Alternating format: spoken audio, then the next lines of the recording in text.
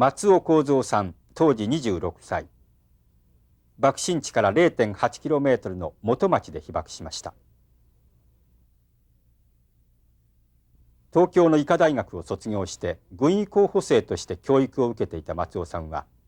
広島城の東にあった兵舎前で閃光を浴びました。被爆後、松尾さんは京橋川の河原で4日間を過ごし、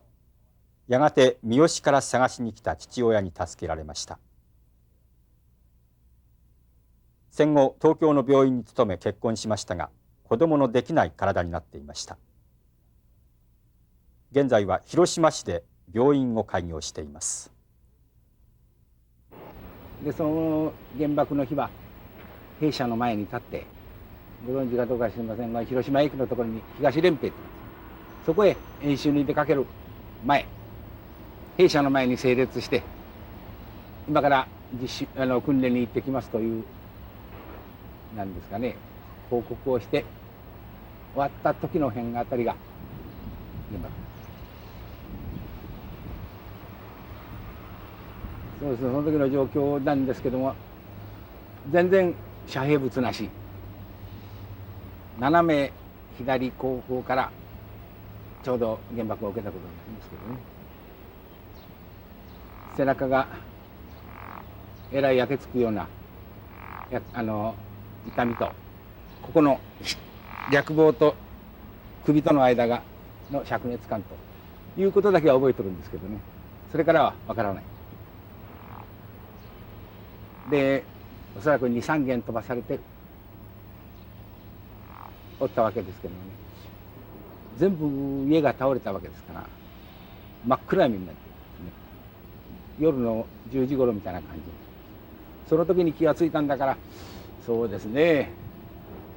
原爆を受けて、ピカドンを受けてから2、30秒で気がついたんだと思うんですよ。起き上がっていったら真っ暗でしょ。何が何やらわからないですよね。でみんなワイワイワイワイやっとるし、でそのうちその埃が地面に落ちてくるとまた明るくなって、そうすると前の兵舎、中隊の兵舎いいんですけどね、それもぺしゃんこになっとるし、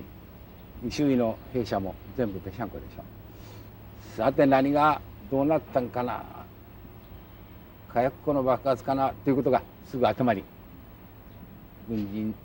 軍隊に入ったわけですからね。化学兵器廠、火薬庫の爆発かなと思って、その火薬庫っていうのはわりかし僕がおったところに2、300メートルぐらい西寄りですかに山がありましてね、山を作ってその中に弾薬が入れちゃうんですよ。その爆発かなと思ったんですけども、まあそれぐらいの感じしかなかった。で真っ暗闇から埃が落ちて明るくなって気がついてみるとですね、ここはえらい暑いですよね。で手の両方のなんか、それから背中がえらい熱い。軍服、カーキ色の軍服ですけどね、こうやって脱いでみると軍服が焼けとるんですね、背中が。だからそうですね、やけどがこんなものが3つ4つ残ってます、背中に。で演習に出る前ですからね、銃を持って巻き藩をゲートルを履いて、背中におそらく鉄棒ってある、陸軍のをつけてたはずなんですけども、銃はどっか行っちゃって、鉄棒もどっか行っちゃって、でそうね、2、3分か前に巻いた、ゲートルがほどけてるわけですよ。そういうふうに一番初めやられたわけですけど、背中が燃えとるにはびっくりしましたですね。さてどうすべきかということで、みんな右往左往してるし、衛生部の方へ行ってみようかなという感じがあったんですけども、衛生部は火薬庫のすぐ近くです。だからあそこ行っても何にもならんだろう。でみんなぞろぞろ衛門の方へみんな逃げてるわけでしょ。まあこれはみんな衛生部行っても跡形ないだろうし、火薬庫の爆発だろうから、みんなと一緒にずっと衛門のところを通って白島線に出て、それからずっと白島の線を通ってこの、時屋橋ですかのところへ行って、この河原に降りてきたんですね。さっき降りてきましたら、あそこにポンプが見えますけども、まさにそのポンプのところが逃げてそこで数日過ごした場所になりますよね。それでそこの河原の土手がありますけども、そこに松の木がずっと植えてあるわけですよね。で松の木がブスブス燃えてるわけですよ。でちょうどこうやって探してみたら陸軍のタバコの本割れっていうのがありますね。それが一本残ってたもんで、それを出して、燃えてる松の木の燃えてるところにタバコをやって火をつけて一服吸って、さて後ろを眺めてみるとですね、家並みが全部倒れてるわけです。で数箇所に煙が出てたと思いますけども、全部ぺしゃんこなんですね。ほうっていうようなことですけども、その時は何が何がわからないですよね。でそこから降りてきて、あそこのポンプのところで、当時はこの辺はこんなに立派な公園ではないし、畑があって芋が植えてあったり野菜が植えてあったんですよね。で一般の人が避難してきて、そこにだいぶたむろしてましたけども、その頃になるともう手がほこりと一緒ですよね。顔が一枚剥がれて、背中も剥がれて、どうしようかなという考えてるというよりも、医者ですからね、これはじっとしとるに限ると、あんまりジタバタしていっても行方不明になっても困るし、じっとしとるに限るし、一応は兵役ですかね、幹部構成で兵役があるわけだから、あんまり東京へ行ってもいかんだろうというわけで、そこで3日ほど寝とったわけですけどね。その時はみんな随分河原に被爆者が逃れてきてましたけども、その中には背中が全然ぺしゃっと背中の皮が剥がれたんですね。で血が出て痛いよ痛いよいうような人もいましたし、もう黙ってる人はおそらく生きた間のところもあるでしょうしね。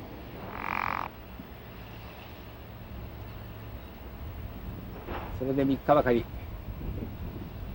その松の木の影をくるくるくる回って過ごしてたんですけどもね、ちょうど一般の民家の人がどうもいろいろお世話になりましたと、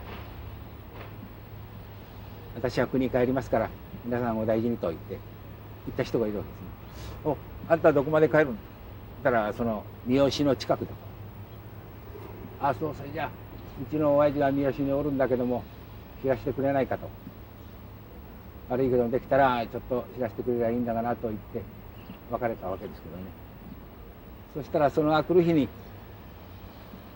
親父が来たんだそうです、三好から。その頃は汽車が普通でしたでしょうから、どうやってやってきたか、一駅二駅三つ四つは普通のところを歩いたんだと思いますけどね。やってきて見当をつけて探したんでわからない。それはわからないはずですよね。名前を呼んで歩いたら返事をするでしょうけども、こうやって見て歩いても同じようなね、真っ黒けでやけどしてるわけですよ。だから全然わからなくて、その日は三好に帰って、それからもう一回その女の人に連絡してどこにおるということが分かって、で助けに来てくれたんですよね。それからそこの神田橋を渡ったところに兄貴がいたんです。兄が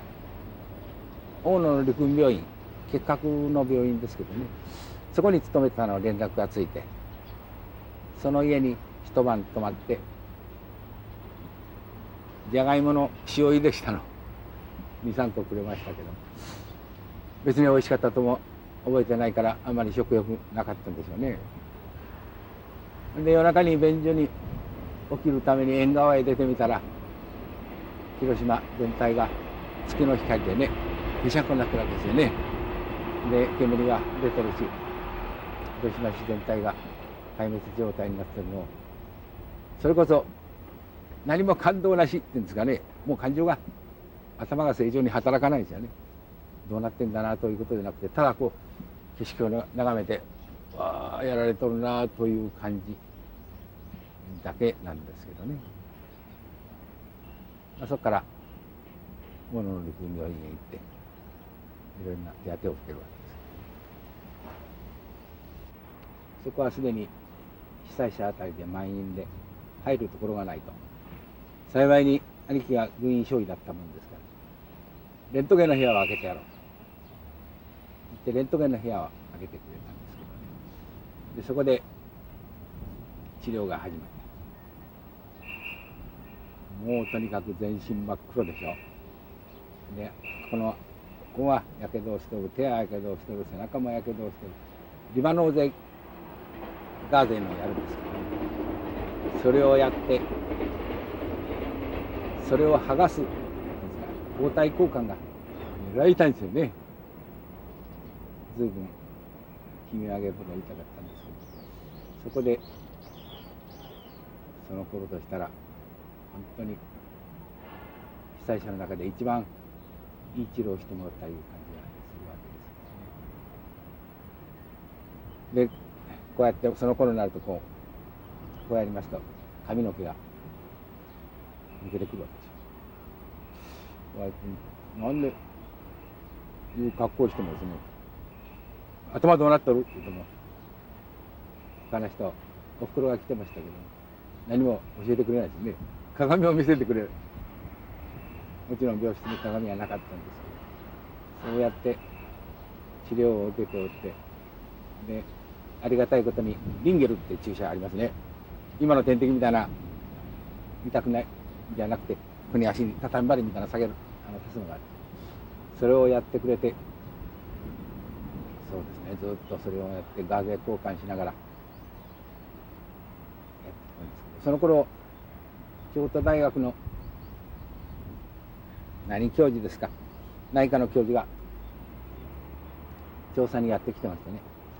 でその診察を受けて血液を取られたんですけど、その時の血液の結果後から聞いたんですが、白血球の数がうんと少ないですね。普通白血球の数5000から8000ぐらいですね。ところがその時の僕の白血球の数が500から800ぐらい、まさに10分の1ですよね。そういう数字は僕は医者ですから正常な白血球の数はよく知ってるんですけど、教科書に10分の1、500、800なんていうのは載ってないですよね。もちろん放射能障害というのはその頃から言われてたわけです。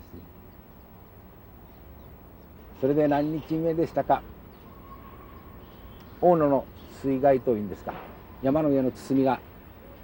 なんとかキティ台風ですかが来た時に、山の鼓が枕崎台風ですかね、包みが切れてザーッとこう山崩れがあったわけですがね、その時におったんです。そこにね、ちょうどレントゲンの部屋ですから重たい荷物がレントゲンの装置があったわけでしょう。ちょうどそうですね、今でも大野陸軍病院のところに山陽線が走ってますからね、そのガードの上に山に陸軍病院があって、ぼーっちと音がして、ちょっとおかしな変な音だなと言って落ちた時にドーッと落ちてきますよね。でその頃ちょうど隣に看護婦が腕を怪我したのが寝てたんですけどね、助けて言うてから流れていって宮島沖まで流れていって亡くなったという話なんですけどね。レントゲンそのものが部屋の中のレントゲン、重たいレントゲンがずーっと動いていって窓際まで行って屋根が倒れて、うちの手が届かない天井が手が届くぐらいになってですね、で下のところをゴーゴーゴーゴーと水が流れてるわけでしょ。何かいないうことですけど、山崩れだなということで、さあ何時頃でしたか、夜の10時頃だと思いますけどね、何も知らないうちにそういうふうになったんですけど、隣の看護師さんは流れていくし、部屋は倒れとるし、で右前右斜め前に本館いうのがあるんですね。どっとこう沈んでいくんですよ。倒れていく。それが見えてたんで、それから明くる朝明るくなってから村の消防団がやってきましてね、僕のちょうど寝とったレントゲンの部屋の山寄りの方のところに大きな石が崩れてたんですよ。その中でうめき声がするわけですよね。後から聞いたんですけど、そこに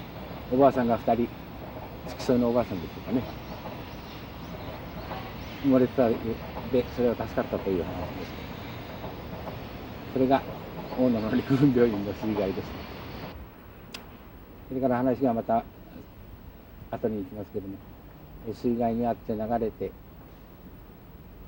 火攻め水攻めをと済んだ明くる日に、もうそこの結核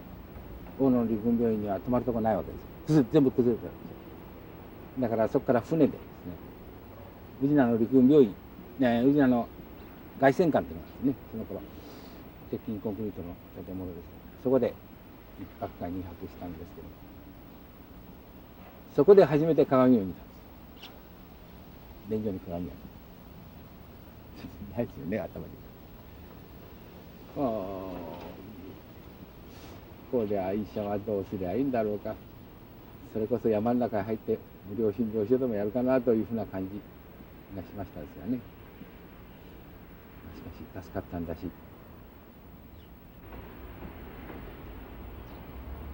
芝口というところがありますね、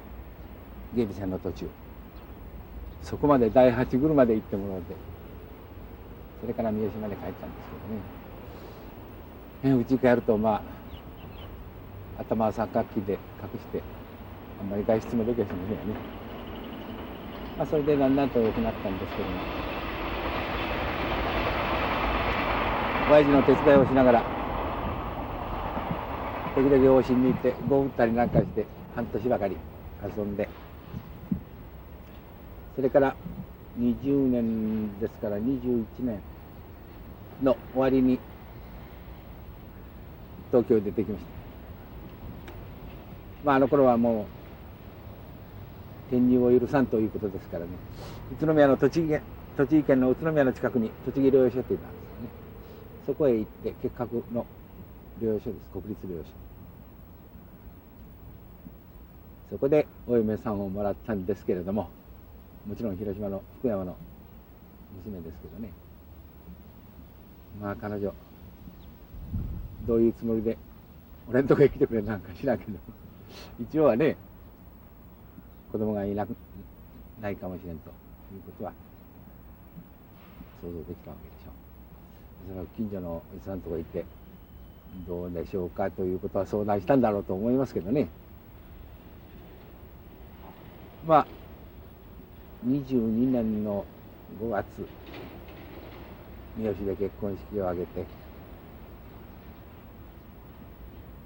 結婚はしたんだけども子供ができないんですよね。うちのおふくろ心配して広島へ帰って、そこの日赤家内へ連れて行って検査した。ところが異常ないわけでしょ。そうすると僕に原因があるということはうすうす分かってたわけですけどね、まさに僕の責任なんですけど、それで東京で成虫の検査をしたんですね。そしたら全然動いてるものはおらんわけでしょ。先生これはダメですねという宣告を受けたわけですけどね。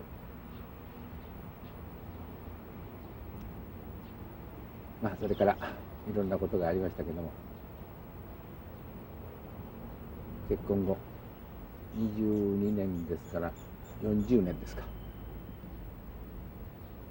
残念ながら子供がいないというこ